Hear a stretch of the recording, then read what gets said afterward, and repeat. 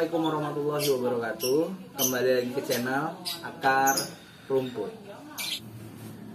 Sebelum kita mulai video pembahasan kita terkait dengan lobet system jumper ya teman-teman, saya ingin memohon maaf, mungkin sudah cukup lama ya, kurang lebih 1 bulanan saya tidak berbagi video.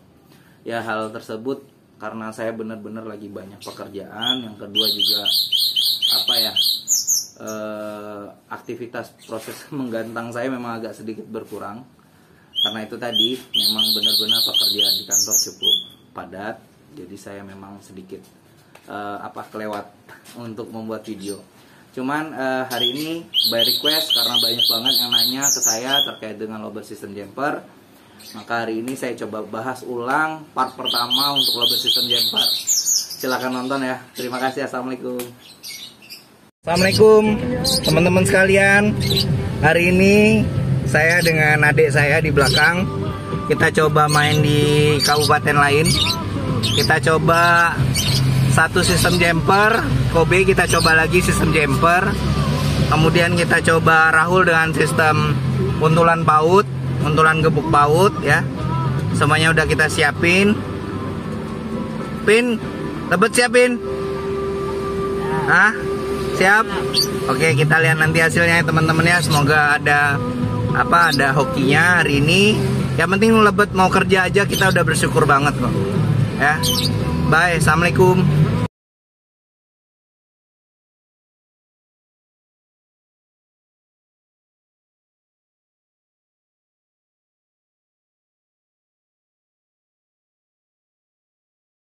Video kali ini teman-teman, saya ingin coba mengulas kembali terkait dengan lovebird system jumper.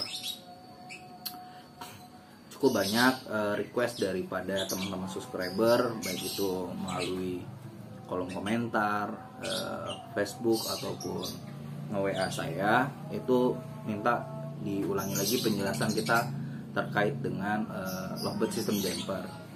Teman-teman, untuk lobet system jumper itu sendiri, saya akan saya bagi menjadi 2 pembahasan. Yang pertama adalah pemahaman saya terkait dengan lobet system jumper. Yang kedua, bagaimana langkah awal kita untuk menentukan jumperan yang tepat. Baik, untuk yang pertama itu terkait dengan sistem jumper.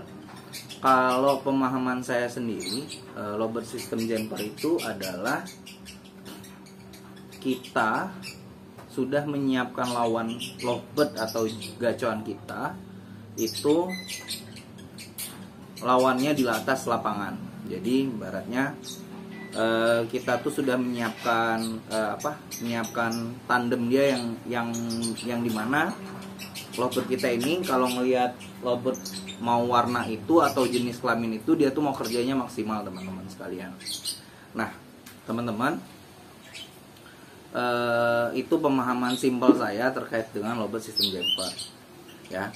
Saya simpulkan kembali, lobet system jumper adalah kita sudah menyiapkan lawan atau sudah menyiapkan lawannya di atas lapangan, yang dimana lobet kita itu mau kerja secara maksimal ketika dia melihat warna itu atau jenis kelamin itu di atas lapangan ya teman-teman. Jadi tidak di rumah, tidak dipertemukan sehari-hari, hanya dipertemukan pada saat di lapangan, hanya ditemukan di saat di lapangan. Oke. Yang kedua itu adalah pembahasan kita yang kedua, itu bagaimana kita memilih atau menyiapkan, menentukan jumperan yang cocok. Kalau secara pengalaman pribadi saya, untuk menentukan jumperan yang cocok adalah syarat pertama, yaitu lobet kita tuh punya durasi dulu ya teman-teman, minimal 30 detik. Syukur-syukur bisa 1 menit, 2 menit ataupun lebih daripada itu.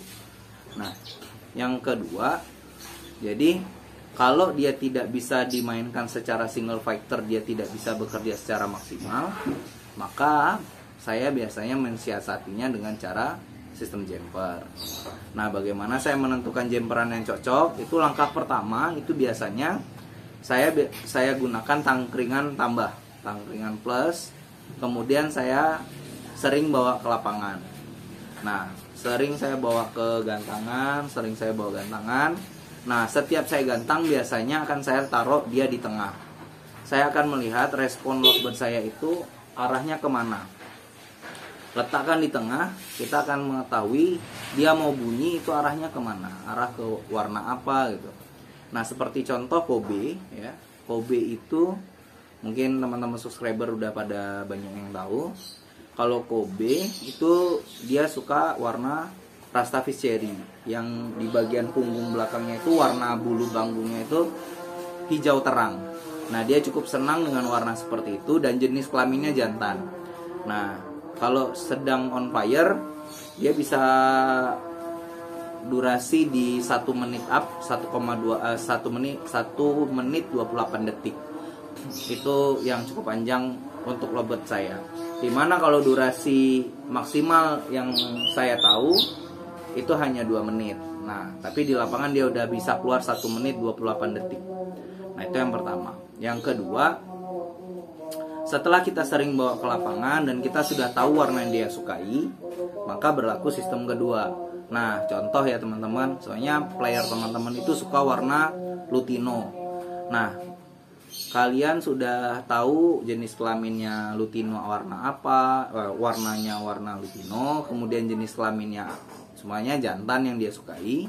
Maka treatment yang bisa kita lakukan untuk menentukan jemperan adalah hari pertama itu mungkin pagi hari, coba teman-teman temukan player kita dengan calon jemperannya tadi.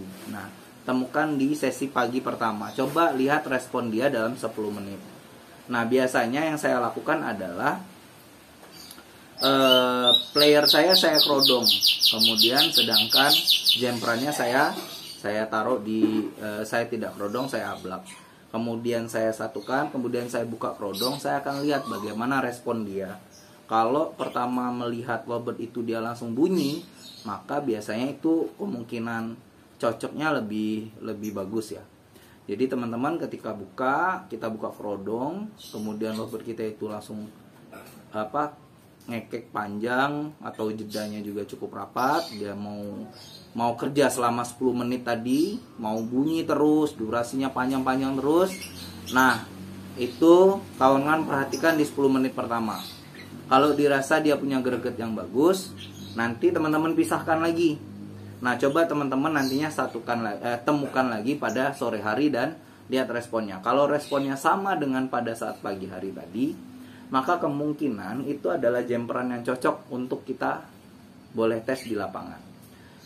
Nah, treatment ketiga, setelah treatment pertama sudah selesai, treatment kedua sudah kita jalankan, maka ini adalah penguji cobaan finally. Nah, finalnya adalah di lapangan.